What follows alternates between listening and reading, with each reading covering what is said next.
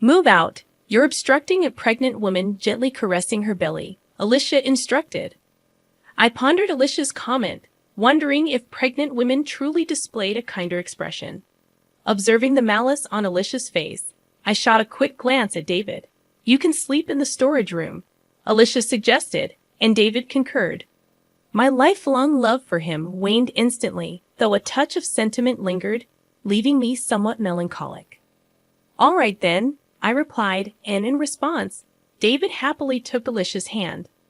Alicia gazed dreamily at David, and witnessing their intimacy replaced my melancholy with anger bubbling up from within. I'll leave by tomorrow, yeah. Oh, maybe you should stay out tonight after all. This is now mine and Alicia's home, David proclaimed joyously. I nodded slightly before exiting the house, contemplating what lay ahead and cracking a smile. My name is Catherine Taylor. I'm a 46-year-old housewife. Before marriage, I worked intensely, but that was over 20 years ago.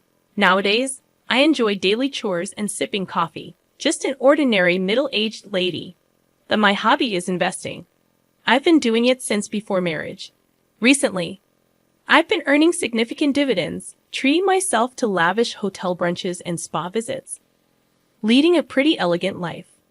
My husband, David, is 40 years old, a salesman for a major company. He's gained quite a bit of weight, and frankly, he's been rather smelly lately. But he's good with words, given his profession.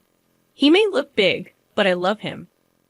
I felt he should probably lose some weight for health reasons, but he had this cute, mascot-like appeal, so I didn't see the need to force him into a diet. David and I have a daughter, Emily. She inherits David's features. Slim, almost model-like in beauty.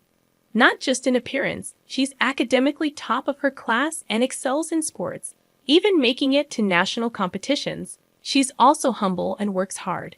It feels like we, the geese, gave birth to a swan. Both David and I dote on Emily, and we've often been told we're overprotective. David has a bit of a weak spot for younger women, but he chose to marry an older woman like me and cherished our family. So I thought a little wandering gaze here, and there was inevitable.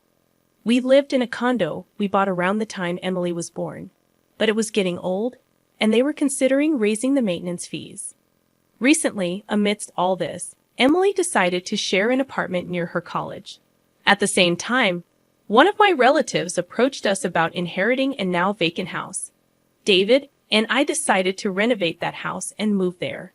But who could have known that this would cause issues between David and me, which have been smooth sailing up until then? The condo we had was a 4-bedroom, including a guest room, but the new house is just 2 bedrooms. Although it's smaller than before, considering our retirement, we made it a single story, and it's been very comfortable.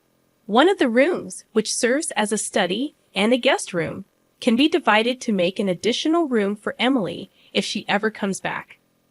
David started coming home late every night to work dinners, and somehow always found reasons to go out, even on weekends.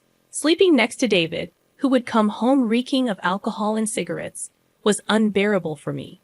Even if we had separate beds, because of that, even though we originally shared a bedroom, I've been sleeping in the study ever since we moved. When it came time to send out moving announcements, I mailed letters to various places. David isn't good with that sort of thing. So I took the initiative to send letters on his behalf to his family and relatives. As for me, since my parents have passed away, I simply wrote a brief note and sent it to friends and relatives on my mother's side. I haven't been in contact with any relatives from my father's side because of my half-sister, Alicia. Alicia is my half-sister, 14 years younger than me. When I was in 7th grade, my mother passed away, and about 6 months later, my father remarried. Alicia was born to him and his new wife at the time of their marriage. Alicia was already 2 years old, so I initially thought it was a union of 2 families with kids. About 5 years into their marriage, my father and his new wife were involved in an accident and never returned. At their funeral, relatives from my dad's side told me that he and his new wife had been childhood friends, and everyone had always thought they would end up together. However, my mom had set them up through her boss, and my dad felt he couldn't refuse, leaving his childhood friend out in the cold. To think that behind their smiles, my dad had a child with his second wife was a huge shock to me. Every time we had a family gathering, Alicia's favorite foods were served. She had brand name clothes, and she got the biggest room all to herself. If she said she wanted to go somewhere, they'd take her immediately. Meanwhile, I was burdened with all the chores, from preparing meals to doing laundry. I had to work part-time jobs, and all the money I earned was taken away. I also had a small storage room under the stairs, and I had to beg for even basic necessities. By the time Alicia was in elementary school, she had heard about my mom from the relatives and started looking down on me. I worked several part-time jobs to save money and finally moved out. It was impossible for me to harbor any positive feelings towards Alicia, and I never told her about my marriage or that I had a child. A few weeks after moving, I was having tea and relaxing when the doorbell rang. When I answered, a man's voice mumbled delivery, and on the screen was a person looking down. I thought maybe David had ordered something and opened the door, only to be left speechless. "Oh, Alicia, why are you here?" "Hi, sis. Long time no see. Just thought I'd drop by," Alicia said while wearing the hat I saw on the intercom. She wasn't a delivery person, but my half-sister. Without waiting for a response, she walked past me, entered the living room, and sat down on the couch. I followed her in a hurry, stood in front of her, and looked down. "I figured you wouldn't open the door if you knew it was me, so I used a recorded voice. That's just low." "Geez, you're scary." I raised my voice at Alicia, and she feigned fear in an exaggerated way. However, it was clear she was just putting on a show, and the proof was that Alicia had a smirk on her face. "I came for a visit," Alicia said, speaking nonsense, getting a cold response from me. Yet she grinned and started explaining the reason for her unexpected visit. "But sis, you never even told me where you live.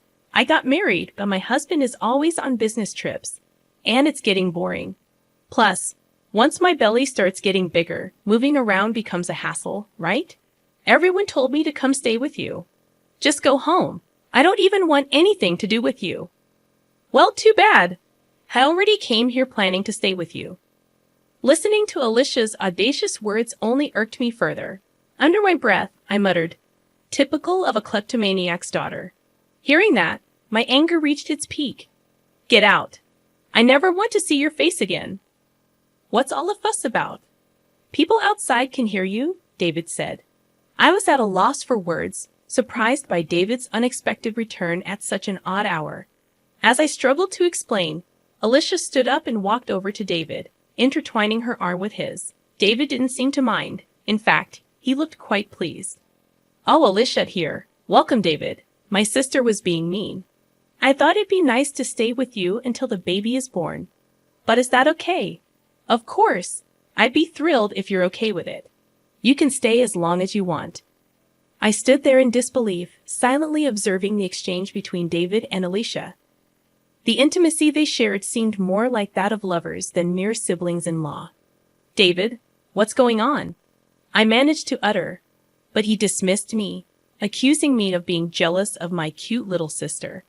His words left me speechless, considering I had confided in him about my family situation before our marriage. "We have a spare bed in the guest room. You can stay there," David offered casually. Alicia seized the opportunity, expressing her desire to sleep in the same room with him. Their mushy conversation gave me a headache, and as they went to the bedroom arm in arm, I couldn't shake a bad feeling. Peeking into the room after several minutes, I discovered them embracing each other, living out what felt like a dream for Alicia. "The baby is thrilled too, living with Daddy," Alicia exclaimed, dropping the bombshell that David was the father. As they kissed, I watched through the crack in the door, tears streaming down my face. From that day on, they treated me like a housemaid. I complied, but silently began gathering evidence against them, contemplating divorce.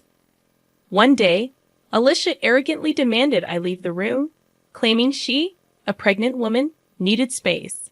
The spiteful look on her face contradicted the gentleness usually associated with expectant mothers. Looking at David for support, he sided with Alicia, causing any lingering feelings I had for him to vanish. Still, a touch of sadness remained as David happily took Alicia's hand, sealing my decision to leave. "I'll leave tomorrow," I declared, prompting an elated David to suggest I find somewhere else to stay that night. "This is now my and Alicia's home." I subtly nodded, leaving them to enjoy their laughter while they could. Stepping outside, a grin formed on my face as I contemplated what lay ahead. That night, I checked into a hotel, making plans for the next phase. The following day, I scheduled a moving company and headed to City Hall to start anew. Excitement and thoughts of newfound freedom kept me awake, but my spirit remained high. To my surprise, upon returning home, I found the moving company already confused, as the house appeared empty. A small box with a note greeted me, containing some of my cherished belongings carelessly thrown in. Adding insult to injury, David's wedding ring lay at the bottom of the box. Anger surged within me as I discovered the house in disarray, with evidence of David and Alicia's escapades. I led the movers to pack their belongings, then found a note on the dining table announcing David and Alicia's 6-day trip abroad and requesting the house to be cleaned. The note mentioned that the divorce would be finalized upon their return. David's utter self-centeredness left me dumbfounded, but his absence made executing my plan much easier and secretly grateful that I had the movers pack all my belongings. I left David's wedding ring on the kitchen counter before departing the house. After some contemplation, I purchased a place near Emily's university, which happened to be on sale. The one-bedroom apartment was cozy, and I cherished the solitude it offered. On the day David and Alicia were set to return, my phone incessantly rang. Without checking, I knew it was them. Answering with a nonchalant hello, I was met with David's frantic voice demanding an explanation. "What the hell is going on?" he shouted. Remaining calm, I replied, "What do you mean? What's going on?" David, fuming, informed me that the house was gone. Bursting into laughter, I explained, "Well, it was my house. And if I'm not going to live there, why keep it? We were living there, weren't we? Don't worry. Everything's safely stored in a storage unit. I'll text you the location and access code." David demanded I bring back the house, but I retorted that it was under my name, and the money used to build it was from my investments. Not a dime from him. David seemed to recall his lack of involvement when the house was built, a fact he had conveniently forgotten. Claiming the baby to be his niece or nephew, David pleaded for me to do something about the house, as Alicia was in a tough spot. I informed him that I had known about their relationship since Alicia barged into our house. I had been gathering evidence, including recordings from a high-end baby monitor Alicia had me buy during a fit. The monitor captured everything, even in the pitch dark. Upon revealing this, David was at a loss for words. Cheerfully, I mentioned that the mailbox might have something for him. David checked it, discovering a certified mail. I explained that it was about the payment, and there was one for Alicia too. Unfazed, I insisted it was compensation for their betrayal. Ignoring his plea to talk to his lawyer, I ended the call. A barrage of calls followed, which I ignored. My old phone, used for evidence, wouldn't be an issue if left alone. After an hour of incessant calling, David seemed to give up. The attorney reached out, sounding weary. The next morning, a relative from my father's side called on my new phone, likely having obtained the number from Alicia. Expecting scolding, I recorded the call. The relative demanded an apology to Alicia, who was pregnant, and insisted on a new house as compensation. Unyielding, I refused to apologize to the woman who had an affair with my husband. I asserted that Alicia should apologize and pay compensation. When accused of being a kleptomaniac's child, I retaliated, stating that Alicia's actions were reflective of her father's betrayal. I instructed them to relay a message to Alicia to never get involved with me again, though I doubted she would have the chance. Hanging up on the babbling relatives, I felt a refreshing release of pent-up emotions. I contacted my lawyer, determined to bring Alicia and David to justice. The thirst for revenge lingered until I witnessed the dumbfounded expressions on their faces during our discussion at the lawyer's office. Alicia appeared utterly miffed, while David wore a grumpy expression, showing no remorse. Surprisingly astounded, rather than angry at their self-centered comments, I laid out divorce papers in front of them, accompanied by another set, the marriage license, offering a reduction in compensation if they signed the latter. David snatched the pen from me and signed without hesitation. Alicia, smirking, followed suit. Placing the signed documents in a folder, I gave them a big smile. "I'll submit these to the county office," I announced. Alicia, with a dumbfounded expression, tried to argue, but I revealed that the divorce was already finalized in mediation the day before. Her lack of awareness stemmed from disregarding multiple summonses. As Alicia and David processed this information, I dropped another bombshell: the possibility of David denying the father-child relationship with the unborn child. Alicia stared in shock, and David, realizing the potential consequences, looked pale. Between compensation and child support for another man's baby, I wished them luck.